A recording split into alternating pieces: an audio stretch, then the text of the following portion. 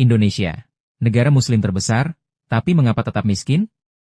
Indonesia sering dibanggakan sebagai negara dengan penduduk muslim terbesar di dunia. Namun ironisnya, di kawasan ASEAN justru Indonesia masih berkutat dengan kemiskinan, ketimpangan sosial, dan dominasi oligarki. Pertanyaannya sederhana tapi menohok, apa yang salah? Bandingkan dengan Malaysia dan Brunei Darussalam.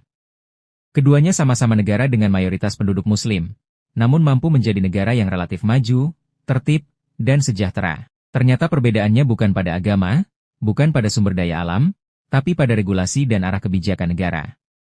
Di Malaysia, sistem hukum tidak sepenuhnya meniru Barat. Sekitar 50% hukum pidana dan perdata masih mengacu pada warisan Inggris, namun 50% lainnya berjalan berdampingan dengan syariat Islam, khususnya dalam urusan moral, keluarga, dan kehidupan sosial umat muslim. Sementara itu Brunei Darussalam melangkah lebih jauh. Negara kecil dengan kekayaan alam yang dikelola mandiri ini menerapkan syariat Islam secara penuh. Tidak ada ruang bagi zina, LGBT, dan penyimpangan moral yang dilegalkan negara. Hasilnya, ketertiban sosial tinggi, kontrol moral kuat, dan problem sosial ditekan seminimal mungkin. Lalu bagaimana dengan Indonesia? Hingga hari ini, Indonesia masih bergantung pada KUHP warisan penjajah Belanda, sebuah sistem hukum yang sejak awal dirancang untuk melindungi kepentingan penguasa kolonial. Dulu VOC, sekarang berubah wajah menjadi oligarki.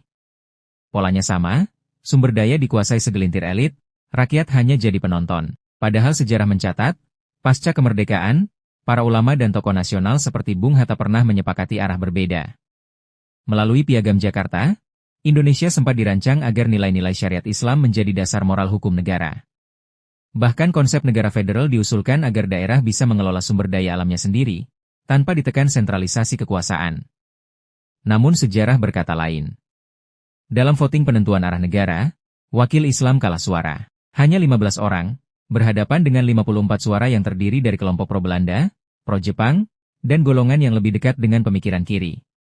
Soekarno, dalam tekanan geopolitik dan ketakutan akan konflik ideologi, memilih jalan kompromi.